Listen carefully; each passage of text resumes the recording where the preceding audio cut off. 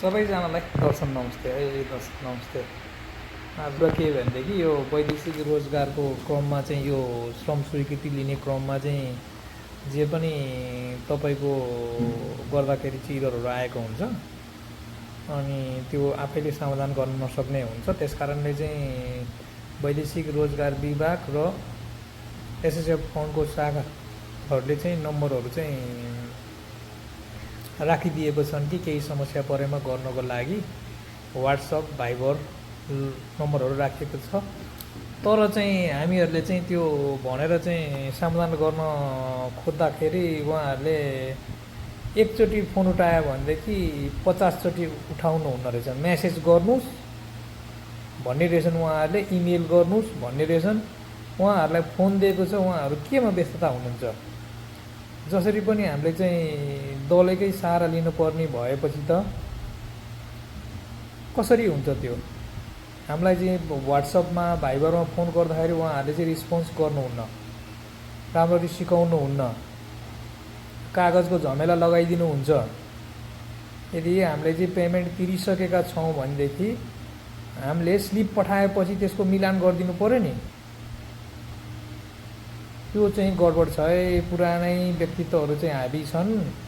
किनभनेदेखि काम ढिलाइ गरिदिँदाखेरि, काममा अवरोध गरिदिँदाखेरि दलैलाई पक्रेर चाहिँ गर्नुपर्ने हुन्छ। त्यस कारणले त्यस्ता व्यक्तिहरूलाई चाहिँ दिनमा चाहिँ कतिजनाको चाहिँ सरकारले चाहिँ गर्नुपर्यो, दिनमा कतिजनाको चाहिँ समस्याहरू समाधान गर्नुभयो भनेर चाहिँ उहाँहरूसँग चाहिँ कार्यविवरण लिनु पर्यो कि।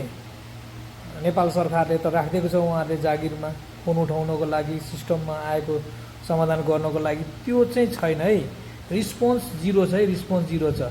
मेसेज गऱ्यो भनेदेखि 4 घन्टापछि चाहिँ के समस्या पऱ्यो भनेर अटो मेसेज आउँछ।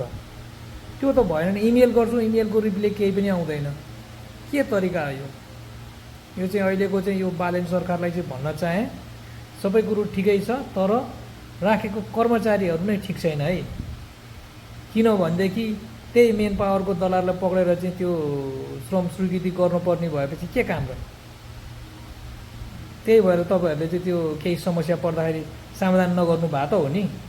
सिधा मेरो चाहिँ त्यही छ है सोचाइ। ल यो नेपाल सरकारलाई अनुरोध छ, त्यो व्यक्तिहरूको चाहिँ पुरा सिसी क्यामेरामा चाहिँ निगरानी गरेर राख्नु पर्यो।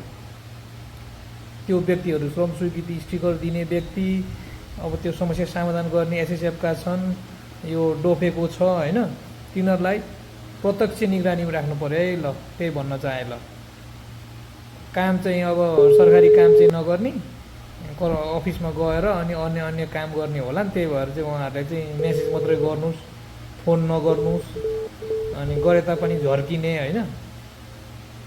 त्यो राम्रो भएन है, राम्रो भएन। ल अहिलेलाई भिडियो यति नै। भिडियो धेरै लामो भइसक्यो। धन्यवाद।